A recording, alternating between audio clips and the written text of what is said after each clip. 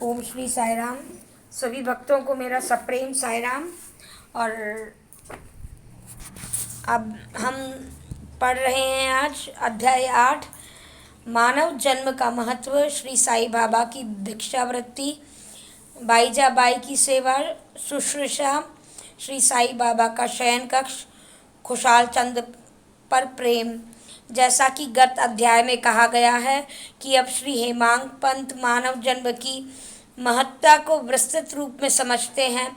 श्री साई बाबा किस प्रकार भिक्षा उपार्जन करते थे, बाईजा बाई उनकी किस प्रकार सेवा शुश्रूषा करती थी, वे मस्जिद में तात्या कोटे पर महाल सपाटी के साथ किस प्रकार यशन करते तथा खुशाल चंद्र पर उनका कैसा स्नेह था, इनका आगे वर्णन किया जाएगा।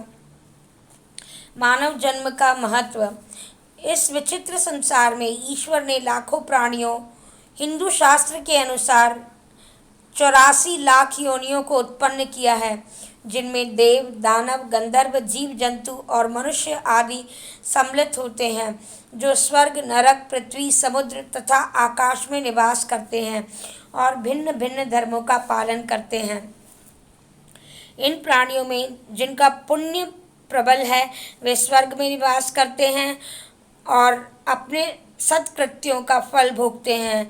पुण्य के क्षीण होते ही वे फिर निम्न स्तर पर आ जाते हैं, और वे प्राणी जिन्होंने पाप या दुष्कर्म किए हैं, वे नरक को जाते हैं और अपने कुकर्मों का फल भोगते हैं। जब पाप और पुण्यों का समन्वय हो जाता है, जब पाप और पुण्य दोनों नष्ट हो जाते हैं, तब वे मुक्त हो जाते हैं। अपने कर्म तथा प्रारब्ध के अनुसार ही आत्माएं जन्म लेती हैं और काया प्रवेश करती हैं। मनुष्य शरीर अनमोल है। यह सत्य है कि समस्त प्राणियों में 4 बातें समान हैं: आहार, निद्रा, भय और मैथुन। मानव प्राणी को ज्ञान एक विशेष दान है, जिसकी सहायता से वह ईश्वर दर्शन कर सकता है, जो अन्य किसी योनियों में संभव नहीं है। यही कारण है कि देवता मानव योनियों से ईर्ष्या करते हैं तथा पृथ्वी पर मानव जन्म धारण करने के लिए सदैव लालायित रहते हैं, जिनसे उन्हें अंत में मुक्ति प्राप्त हो। किसी का ऐसा भी मत है कि मानव शरीर अति दोषयुक्त है। यह कृमि, मज्जा और कफ से परिपूर्ण, क्षणभंगुर, रोगग्रस्त तथा नश्वर है। इसमें कोई संदेह नहीं कि यह कथन अंशतः सत्य है, परंतु इनका दोष होते हुए भी मानव शरीर का मूल्य अधिक है, क्योंकि ज्ञान की प्राप्ति केवल इसी योनि में संभव है। मानव शरीर प्राप्त होने पर ही तो ज्ञात होता है कि शरीर नश्वर और विश्व परिवर्तनशील है, और इस प्रकार धारणा कर इंद्रिय जन्य विशेषकों को तिलांजलि देकर तथा सत असत का विवेक कर ईश्वर साक्षात्कार किया जा सकता है। इसीलिए यदि हम शरीर को तुच्छ और अपवित्र समझकर उसकी उपेक्षा करें तो ईश्वर के अवसर से वंचित रह जाएंगे। यदि हम उसे मूल्यवान समझकर मोह करेंगे तो हम इंद्रिय सुखों से प्रवृत्त हो जाएंगे और हमारा पतन सुनिश्चित है। इसीलिए उचित मार्ग जिसका अवलंबन करना चाहिए यह है कि ना तो देह की उपेक्षा करो और ना ही आसक्ति रखो। केवल इतना ही ध्यान रहे कि घुड़सवार का अपनी यात्रा में घोड़े पर तब तक मोह रहता है जब तक उसे निर्दिष्ट स्थान पर पहुंचकर लौट ना जाए। इसीलिए ईश्वर दर्शन या आत्म साक्षात्कार में निर्मित शरीर को सदा लगाए रखना चाहिए, जो जीवन का मुख्य ध्येय है। ऐसा कहा जाता है कि अनेक प्राणियों की उत्पत्ति करने के पश्चात भी ईश्वर को संतुष्ट नहीं हुआ। कारण यह है कि प्राणी उसकी अलौकिक रचना और सृष्टि को समझने में समर्थ ना हो सका। इसी कारण उसने एक विशेष प्राणी अर्थात मानव जाति की उत्पत्ति की और उसे ज्ञान की विशेष सुविधा प्रदान की। जब ईश्वर ने देखा कि मानव उसकी लीला, अद्भुत रचनाओं तथा ज्ञान को समझने योग्य है, तब उसे अति हर्ष हुआ। भागवत संगत 11/9/28 के अनुसार, इसीलिए मानव जन्म प्राप्त होना बड़े सौभाग्य का सूचक है। उच्च ब्राह्मण कुल में जन्म लेना तो परम सौभाग्य का लक्षण है, परंतु श्री साई चरणाम्बुजों में प्रीति और उनकी शरणागति को प्राप्त करना इन सभी में अति श्रेष्ठ है। मानव का प्रयत्न। इस संसार में मानव जन्म अति दुर्लभ है। हर मनुष्य की मृत्यु तो निश्चित है और वह किसी भी क्षण आलिंगन कर सकती है। ऐसी ही धारणा में हमें ध्येय की प्राप्ति में सदैव तत्पर रहना चाहिए। जिस प्रकार खोए हुए राजकुमार में राजा के प्रत्येक संभव उपाय प्रयोग में लाता है, उसी प्रकार किंचित मात्र भी विलंब न कर हमें अभिष्ट की सिद्धि हेतु शीघ्रता करनी चाहिए। अतः पूर्ण लग्न और उत्सुकता पूर्वक अपने ध्येय, आलस्य और निद्रा को त्याग कर हमें ईश्वर की सर्वदा ध्यान रखना चाहिए। यदि हम ऐसा ना कर सके तो हमें पशुओं के स्तर पर ही अपने को समझना पड़ेगा। कैसे प्रवृत्त होना अधिक सफलता पूर्वक और साक्षात्कार को सुलभ प्राप्त करने का एकमात्र उपाय है किसी योग्य संत और सद्गुणों के चरणों की शीतल छाया में आश्रय लेना, जिससे कि ईश्वर का साक्षात्कार हो चुका हो। जो लाभ धार्मिक व्याख्यानों को श्रवण करने और धार्मिक ग्रंथों के अध्ययन करने से प्राप्त नहीं हो सकता, वह इन उच्च आत्मज्ञानियों की संगति से सहज प्राप्त हो जाता है। जो प्रकाश हमें सूर्य से प्राप्त होता है, वैसा विश्व के समस्त तारे भी मिलकर दें तो नहीं प्राप्त हो सकता। इसी प्रकार आध्यात्मिक ज्ञान की प्राप्ति हमें सद्गुरु की कृपा से प्राप्त हो सकती है। वह ग्रंथों और उपदेशों से किसी भी प्रकार संभव नहीं है। यदि उनकी प्रत्येक गतिविधि मृदु भाषण, गुह उपदेश, क्षमाशीलता, स्थिरता, वैराग्य दान, परोपकारिता, मानव शरीर का नियंत्रण, अहंकार शून्यता आदि गुण जिस प्रकार भी वे पवित्र मंगल विभूति द्वारा व्यवहार में आते हैं, सत्संग द्वारा भक्त लोगों को उनके प्रत्यक्ष दर्शन होते हैं। इससे मस्तिष्क की जागृति, उत्तरोत्तर आध्यात्मिक उन्नति होती है। श्री साई बाबा इसी प्रकार के एक संत या सद्गुरु थे। यद्यपि बाह्य स्वरूप एक फकीर का अभिनय करते थे, परंतु वे सदैव आत्मलीन रहते थे। वे समस्त प्राणियों से प्रेम करते थे, उनमें भगवत दर्शन का अनुभव करते थे। सुखों का उनको कोई आकर्षण नहीं था और आपत्तियों से वे विचलित नहीं होते थे। उनके लिए अमीर और फकीर दोनों एक समान थे। जिनकी कृपा से भिखारी भी राजा बन जाता था। वे शिरडी में द्वार द्वार घूमकर भिक्षा उपार्जन किया करते थे। यह कार्य वे इस प्रकार किया करते थे। बाबा की भिक्षा वृत्ति।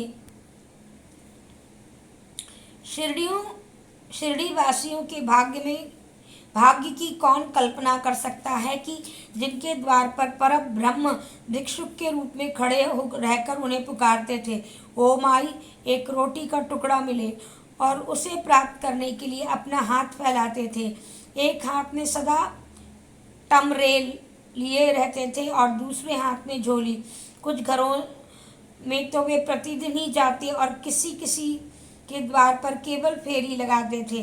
वे साग, दूध, छाछ आदि पदार्थ तो टिन पाट में लेते तथा भात व रोटी आदि अन्य सूखी वस्तुएं झोली में डालते थे।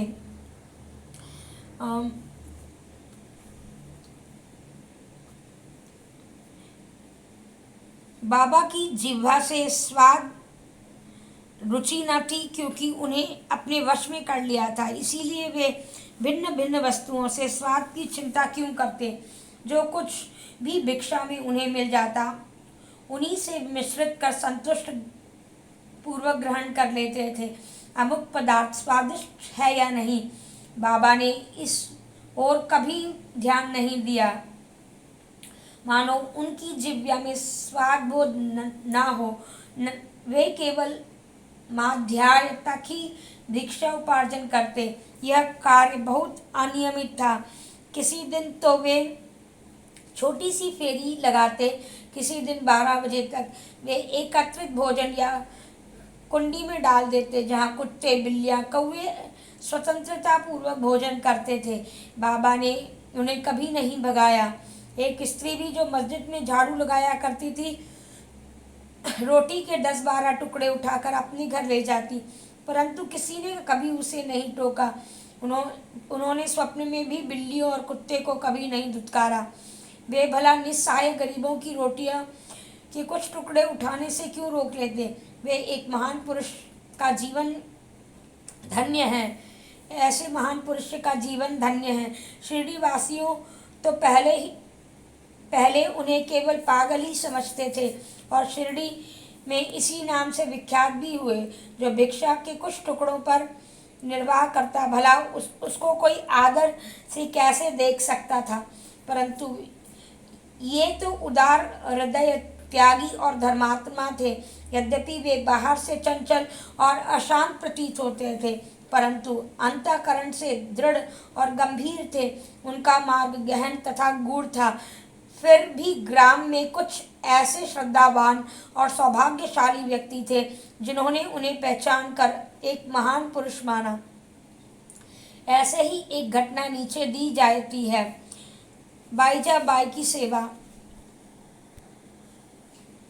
तात्या कोते की माता, जिनका नाम बाईजाबाई था, दोपहर के समय एक टोकरी में रोटी और साग लेकर जंगल को जाया करती थी। वे जंगल में कोसों दूर जाती और बाबा को ढूंढकर उनके चरण पकड़ लेती थी। बाबा शांत और ध्यान मग्न बैठे रहते थे। वे एक पत्थर बिछाकर उस पर सब प्रकार का व्यंजन आदि जैसे रोटी, साग परोसती और बाबा से भोजन करने के लिए आग्रह करती। उनकी सेवा तथा श्रद्धा की यह रीति बड़ी ही विलक्षण थी। प्रतिदिन दोपहर को जंगल में बाबा को ढूंढना और भोजन के लिए आग्रह करना, उनकी इस सेवा और उपासना की स्मृति बाबा को अपने अंतिम क्षणों तक बनी रही। उनकी सेवा का ध्यान करके बाबा ने उनके पुत्र को बहुत लाभ पहुंचाया। माँ और बेटे दोनों ही फकीर पर उनकी दृढ़ निष्ठा थी। उन्होंने बाबा को सदैव ईश्वर के समान पूजा।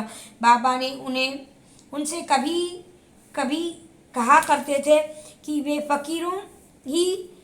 फकीरी ही सच्ची अमीरी है, उसका कोई अंत नहीं है। जैसे अमीरों के नाम से पुकारा जाता है, वह शीघ्र ही लुप्त हो जाती है। कुछ वर्षों में बाबा ने जंगल में विचरना त्याग दिया। वे गांव में ही रहने और मस्जिद में ही भोजन करने लगे। इस कारण बाईजाबाई को भी उन्हें जंगल में ढूंढने से कष्ट से छुटकारा मिल गया। तीनों का शयन कक्ष। वे संत पुरुष धन्य हैं जिनके हृदय में भगवान वासुदेव सदा वास करते हैं। वे भक्त भी भाग्यशाली हैं जिन्हें उनका सानिध्य प्राप्त होता है। ऐसे दो ही भाग्यशाली भक्त थे, एक ताता कोते पाटिल, दूसरा भगत महल सपाटी। दोनों ही बाबा के सानिध्य का सदैव पूर्ण लाभ उठाया। बाबा दोनों पर एक समान प्रेम रखते थे। ये तीनों महानुभाव मस्जिद में अपने सिर पूर्व, पश्चिम तथा उत्तर की ओर करते और केंद्र में दूसरे पैर से पैर मिलाकर शयन करते थे। बिस्तर में लेटे लेटे ही आधी रात प्रेम पूर्वक वार्तालाप और इधर उधर की चर्चाएं करते थे। यदि किसी को भी निंद्रा आने लगती तो वह दूसरा को जगा देता। यदि तात्या खर्राटे लेने लगते तो बाबा शीघ्र ही उठकर उसे हिलाते, सिर पकड़कर जोर जोर से दबाते। यदि वह महासपाती हुए तो उन्हें भी अपनी ओर खींचते, पैरों से धक्का देकर पीठ थपथपाते थे। इस प्रकार तात्या ने 14 वर्षों तक अपने माता पिता को गृह पर छोड़कर बाबा के प्रेमवश मस्जिद में निवास किया। कैसे सुहाने दिन थे वे! उनकी क्या कभी विस्मृति हो सकती है? उस प्रकार का प्रेम का क्या कहना। बाबा की कृपा कैसे आकी जा सकती है। पिता की मृत्यु होने के पश्चात तात्या पर घर बार की जिम्मेदारी आ पड़ी, इसीलिए वे अपने घर जाकर रहने लगे। राहता निवासी खुशहाल चंद। शिरडी के गणपत तात्या कोते को बाबा बहुत ही चाहते थे। वे राहता के मारवाड़ी सेठ के चंद्रभान को भी बहुत प्यार करते थे। सेठ जी का देहांत होने के उपरांत बाबा उनके भतीजे खुशाल चंद्र को भी अधिक प्रेम करते थे। वे कल्याण की दिन रात फिक्र करते थे। कभी बैलगाड़ी में तो कभी तांगे में वे अपने अंतरंग मित्रों के साथ राहता को जाया करते थे। ग्रामवासी बाबा के गांव के फाटक पर जाते, उनका अपूर्व स्वागत करते, उन्हें प्रणाम कर बड़ी धूमधाम से गांव ले जाते। खुशाल चंद बाबा को अपने घर ले जाते और कोमल आसन पर बिठाकर उत्तम सुआदु भोजन कराते और आनंद तथा प्रसन्नचित से उन्हें देर वार्तालाप किया करते थे। फिर बाबा उनको आनंदित कर आशीर्वाद देकर शिरडी वापस लौट आते थे। फिर एक और राहता दक्षिण में, दूसरी ओर नीम गांव उत्तर में था। इन दोनों ग्रामों के मध्य शिरडी स्थित है। बाबा उनके जीवन काल में कभी भी इन सीमाओं के पार नहीं गए। उन्होंने कभी रेलगाड़ी नहीं देखी और ना ही कभी उसमें प्रवास किया, परंतु फिर भी सब गाड़ियों में आवागमन का ठीक ठीक ज्ञात रहता था। जो भक्त बाबा से लौटने की अनुमति मांगते और आदेशानुकूल चलते, वे कुशल घर पहुंच जाते, परंतु इसके विपरीत जो अवज्ञा करते, उन्हें दुर्भाग्य व दुर्घटनाओं का सामना करना पड़ता था। इस विषय से संबंधित घटनाओं तथा अन्य विषयों में हम अगले अध्याय में विस्तार पूर्वक वर्णन करेंगे। विशेष इस अध्याय के नीचे दी गई टिप्पणी बाबा ने खुशाल चंद्र पर प्रेम के संबंध में है। इस प्रकार उन्होंने काका साहेब दीक्षित को राहता जाकर खुशाल चंद्र को लाने को कहा। उसी प्रकार दोपहर को खुशाल चंद्र से स्वप्न में शिरडी आने को कहा। इसका उल्लेख यहाँ नहीं किया गया क्योंकि इसका वर्णन इस सच्चरित्र के 30वें अध्याय में भी किया जाएगा। श्री सद्गुरु साईनाथ अर्पणम अस्तु, शुभम अस्तु। ओम श्री साई राम।